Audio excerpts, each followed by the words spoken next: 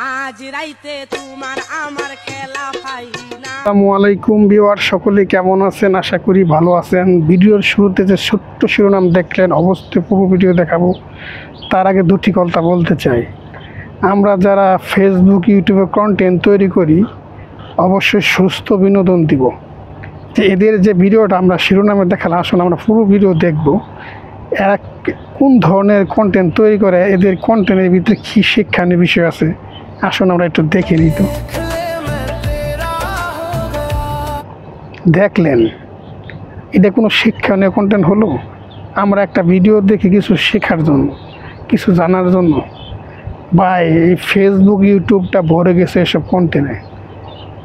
অনেক কন্টেন্ট ক্রিয়েটারদের আইন আনা হয়, কিন্তু এখন দিন দিন দেখছি যে এই এইসব কন্টেন্ট ক্রিয়েটারের সংখ্যা বেড়ে যাচ্ছে।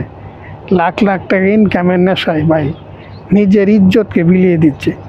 কাপল ব্লগ তৈরি করছে ভাই, নিজের বউকে বিলিয়ে দিচ্ছে ভাই। বাজারের পণ্য হয়ে গেছে বউ। দেখেন অবস্থা, ভিডিওর অবস্থাটা।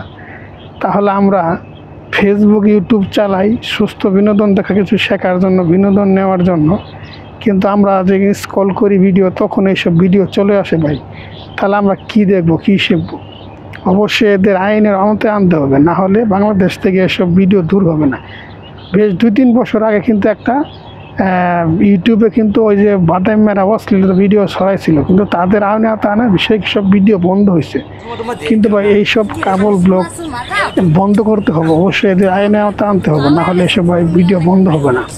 আসুন আমরা এই ভিডিওটা শেয়ার করি, যাতে প্রশাসনের চোখ দৃষ্টি আকর্ষণ করে, তাহলে এদেরকে আইনে আওতায় আনা যাবে। ধন্যবাদ সবাইকে। যদি আমার কথাগুলো ভালো লাগে অবশ্যই সাবস্ক্রাইব করবেন, আর যারা চ্যানেল নতুন অবশ্যই তো সাবস্ক্রাইব করবে, কারণ আমাদের চ্যানেলের প্রতিনিয়ত ভাই প্রতিবাদমূলক ভিডিও হয়, সবসময় অশ্লীলের বিরুদ্ধে ভিডিও তৈরি করা হয়। আমি চিনিয়ে দেবো যে বাংলাদেশে কারা অশ্লীল ছড়াচ্ছে, তাদেরকে ধরিয়ে দিন। ধন্যবাদ সবাইকে। আসসালামু আলাইকুম।